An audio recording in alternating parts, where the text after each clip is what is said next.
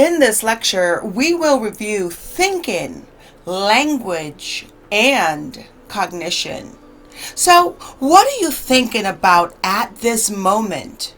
The mere ability to pose such a question underscores the distinctive nature of the human ability to think. No other species contemplates, analyzes, recollects, or plans the way humans do. Understanding what thinking is, however, goes beyond knowing what we think.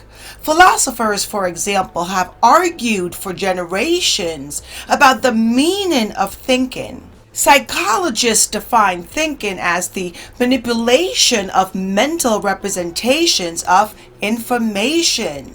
A representation may take a form of a word, a visual image, a sound, or data in any other sensory modality scores in memory.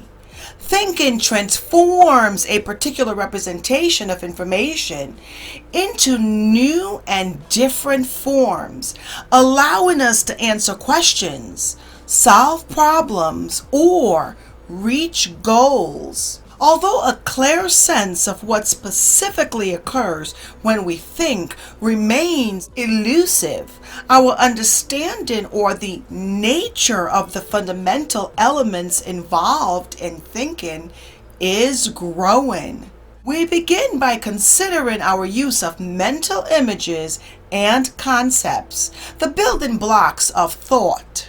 So, mental images are representations in the mind of an object or event. They are not just visual representations. Our ability to hear a tune in our heads also implies on a mental image. In fact, every sensory modality may produce corresponding mental images. Mental imagery may improve other types of skills as well. For example, piano players who simply mentally rehearse and exercise show brain activity that is virtually identical to that of the people who actually practice the exercise manually. Now let us review concepts, how we categorize the world.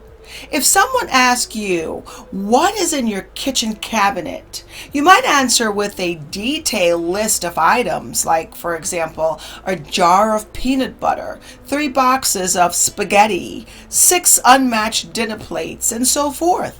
More likely, though, you would respond by naming some broader categories, such as food or dishes. Using such categories reflects the operation of concepts. So, concepts are mental groupings of similar objects, events, or people. Concepts enable us to organize complex phenomena into simpler and therefore more easily usable cognitive categories. So, when psychologists who study cognition focus on the mental activities associated with thinking, knowing, remembering, and communication, one of these activities is forming concepts. And again, concepts are mental groupings of similar objects, events, ideas, or people. The concept chair includes many items. For example, a baby's high chair, a reclining chair, a dentist chair, a love seat, a sofa.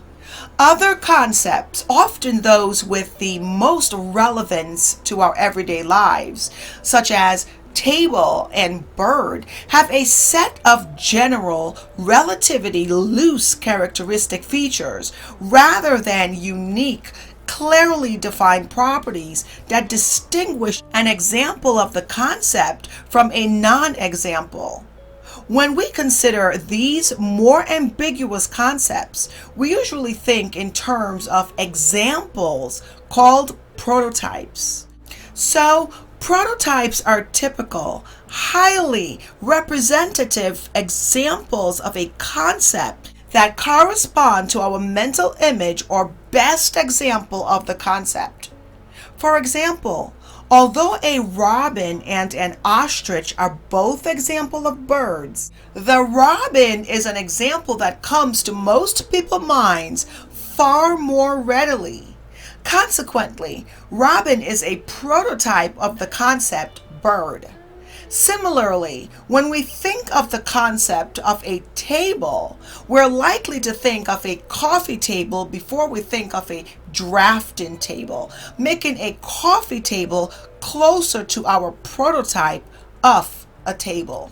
So again, we often form our concepts by developing prototypes, and a prototype is a mental image or best example of a category.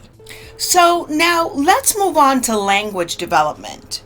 How do people use language? Well, first of all, language is the communication of information through symbols arranged according to systematic rules. All languages have a grammar, a system of rules that determines how thoughts can be expressed. That encompasses the three major components of language: phonology, syntax, and semantics. Language production, which follows language comprehension, develops out of a babbling sound, which then leads to the production of actual words.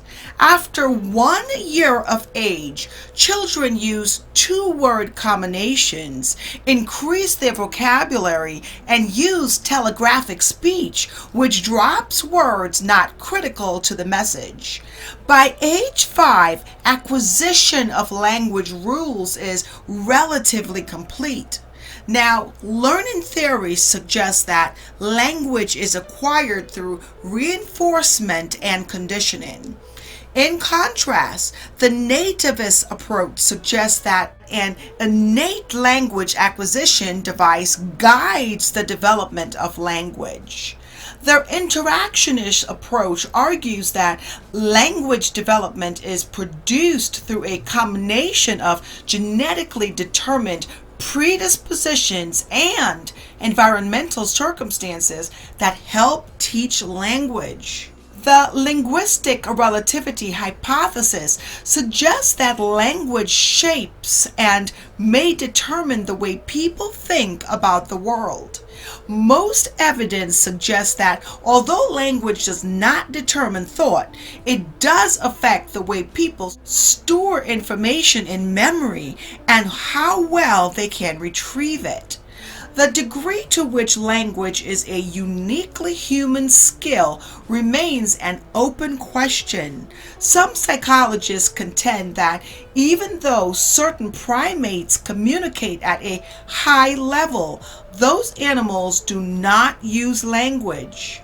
Other psychologists suggest that those primates truly understand and produce language in much the same way as humans do. People who speak more than one language may have a cognitive advantage over those who speak only one language. Again, language is more than vibrating air. It is our spoken, written, or signed words and the ways we combine them to communicate meaning. Linguist Noam Chomsky has argued that language is an unlearned human trait, separate from other parts of human cognition. He theorized that a built-in predisposition to learn grammar rules, which he called universal grammar, helps explain why preschoolers pick up language so readily and use grammar so well. It happens so naturally as birds learn to fly. Whether we are in the linguistic minority or majority, language links us to one another. Language also connects us to the past and the future. To destroy a people, goes a saying, is to destroy their language.